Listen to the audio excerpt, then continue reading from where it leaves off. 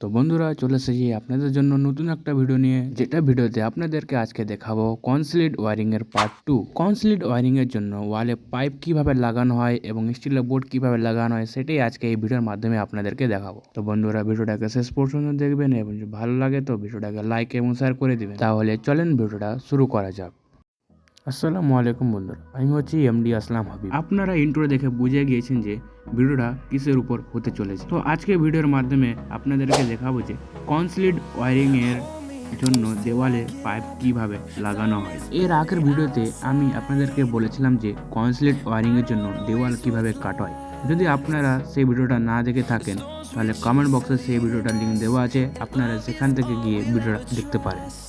কনসিলিড ওয়ারিংয়ের জন্য দেওয়ালে যে পাইপগুলো দেওয়া হয় সেগুলোর নাম হচ্ছে পিভিসি কন্ডুইট পাইপ। এগুলো সাধারণত প্লাস্টিকের থাকে, তাই এগুলোকে সাইজ পরিমাণে কেটে লাগাতে কোনো অসুবিধা হয় না। এবং এই পাইপগুলোকে দেওয়ালে আটকে রাখার জন্য সাধারণত 20 mm এর ফিলিপস ব্যবহার করা হয়, যেগুলো বেশ কিছুটা এরকম দেখতে।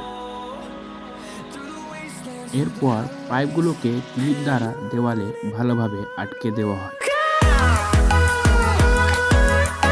আপনারা দেখতে পাচ্ছেন লোহার বোর্ড এবং পাইপগুলোকে আটকানোর পর কিছুটা বেশ এরকম দেখতে হয়। আপনারা আমার হাতে যে জিনিসটা দেখতে পাচ্ছেন এটার নাম হচ্ছে 3-ওয়ে জংশন বক্স। এটা সাধারণত সেই জায়গায় লাগানো হয় যে জায়গায় আপনারা হোল্ডার বা টিউব লাগাবেন।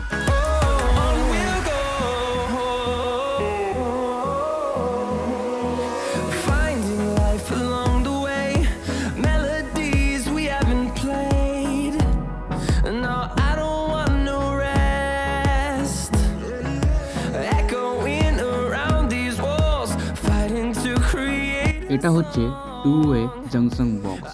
এটার একটা মুখ আমি এখন কেটে দেবো।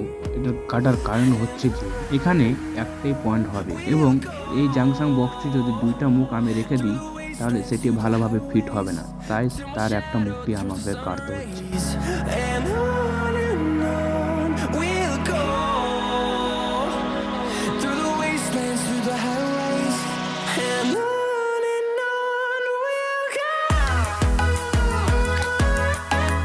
তো বন্ধুরা এটা হচ্ছে পাইপ লাগানোর ফাইনাল লুক। পাইপ লাগানোর কমপ্লিট হওয়ার পর সেটা দেখতে কিরকম লাগে আপনারা দেখতে পাচ্ছেন। যদি ভিডিওটা আপনাদেরকে ভালো লেগে থাকে তাহলে ভিডিওটাকে একটা লাইক এবং কমেন্ট করে দেবেন। ততক্ষণ পর্যন্ত বাই বাই।